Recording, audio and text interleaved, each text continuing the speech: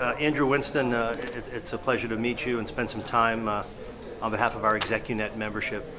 Appreciate you taking a few minutes to share with us. I know you're a global expert on green business and the emergence of green sustainability with regard to corporate profitability and performance moving forward.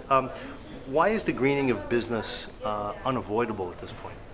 The pressures that are coming to bear on companies are diverse and very powerful, and really they are unavoidable. I put them in a few big buckets. They're kind of tectonic changes in just how the world works, technology and transparency that enables, the globalization of the world economy, the rise of the consumer around the world is creating opportunity, but also driving the price of resources up and making things tighter.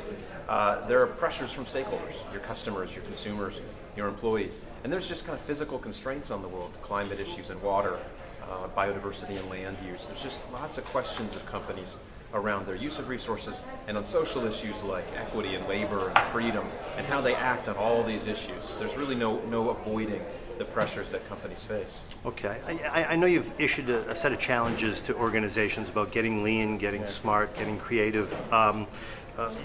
Why is that key in times like these? Well, I kind of put those together as the recession was really kicking off because there was, I think, a fear that the sustainability agenda would take a backseat to economic pressures, and it has to some extent, but I think the companies that understood that they could actually save money, that sustainability drove costs down, not up, kind of accelerated their sustainability efforts during the crisis and the slowdown. I think that's been a good goal. There are areas of very quick payback in companies in things like facilities, heating and cooling and lighting, and IT systems and fleet and distribution that save money very, very quickly. And that can fund greater innovations and kind of deeper changes in creativity, as I talk about as kind of one of the other challenges, as you put it. Okay, and it seems you talk a lot about data analytics and Right. and the investment there.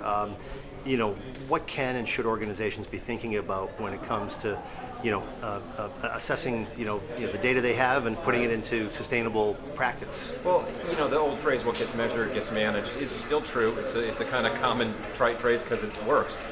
Companies need to get an understanding, at least direction, of their footprint, of their impact up and down their value chain. Where is the carbon impact? Where is the water impact? Where's the energy impact? Where do they have social issues that they're facing? Which suppliers might be at risk? Which customers need help? That will highlight their risks and their opportunities. A lot of people look at green as almost a compliance issue, Right. but you speak about it in terms of business opportunity and growth. Could you elaborate a little bit on that? Well, sure. I think that the old view of it is that it's just a compliance with the law issue, but all those pressures that I talked about mean that this is about core business value. If you manage or mismanage these kinds of pressures, you can create or destroy enormous value. So it isn't just about compliance with the law, it's about driving innovation. It's about finding out what your customers need and creating products and services that help them reduce their impacts and their footprint. Of course, there's always complying with the law. The law will get, in essence, more strict, and regulations will continue to evolve over time.